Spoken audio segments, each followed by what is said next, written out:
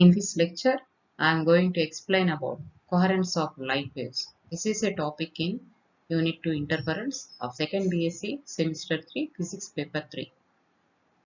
Now coming to coherence. What is coherence? Two sources which maintain zero or any constant phase difference between themselves are known as coherent sources, and the phenomena is known as coherence. Now what is meant by phase? Phase of a vibrating particle at any instant represents the position of the particle at that particular instant. So consider a particle in the first wave here and consider a particle in the second wave here. These two particles are in phase with each other. That means these two particles are in same state of vibration.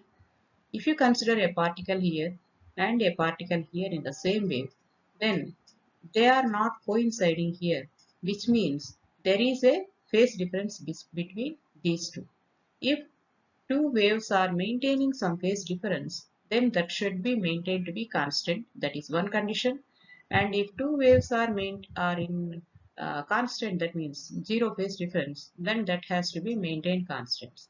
That particular sources are said to be coherent sources, and that phenomena is said to be coherence. So in order to get coherent sources, the sources should emit waves which are having zero phase difference or constant phase difference between themselves, and that phenomena is said to be coherence. Now here you can see the state of vibrating particles are different in all these ways. Suppose for this particle the position is different for the particle in second wave, for the particle in third wave, for the particle in fourth wave, and so on. So these are said to be incoherent. And here you can see these waves are the state of vibrating particles in all the waves are appears to be similar here, which means these waves are coherent. Two sources are said to be coherent if they emit light waves of same frequency, nearly same amplitude, and are always in phase with each other. So these conditions must be satisfied. Same frequency, nearly same amplitude, and always in phase with each other. It means that two sources must emit radiations of same color. Same color means a single wavelength. Here you can see the radiations are emitting, and these radiations are emitting from coherent sources which are having same color. Hence these are said to be coherent waves, and the sources are said to be coherent sources. So two sources are said to be coherent if and only if they emit light waves of same frequency, nearly same amplitude, and are always in phase with each other. Now, in actual practice, it is not possible to have two independent sources which are coherent. So, in our daily life, in the actual practice, the coherent sources are not possible. But for experimental purposes, two virtual sources formed from a single source can act as a coherent sources like this. Here, S1 is a single source. These two sources, that means this is double slit. B, C are here, we can consider as two sources, but these two are not real. These are derived or coming from the single source. Hence, these two are said to be virtual sources. This is the Young's double slit experiment setup, and Thomas Young, he derived or he formed the coherent sources by forming two virtual sources like this. Here, these two virtual sources are said to be coherent sources. To produce coherent sources, the two sources are to be derived from a single source by some device. Here we are considering double slit. Then, any phase change taking place in one source is simultaneously accompanied by the same change in the other source. It keeps the phase difference between the two sources either zero or constant at all times, which is the requirement for coherence. And thus coherent sources are obtained. So, if the two sources are derived from a single source, then any change that is occurring in the first source simultaneously happens in the second source also, which means These two sources emit light waves of same frequency, nearly same amplitude, and uh, zero phase or constant phase difference. That means all the requirements for coherence are fulfilled here. So we can arrange or we can produce the coherent sources in this manner.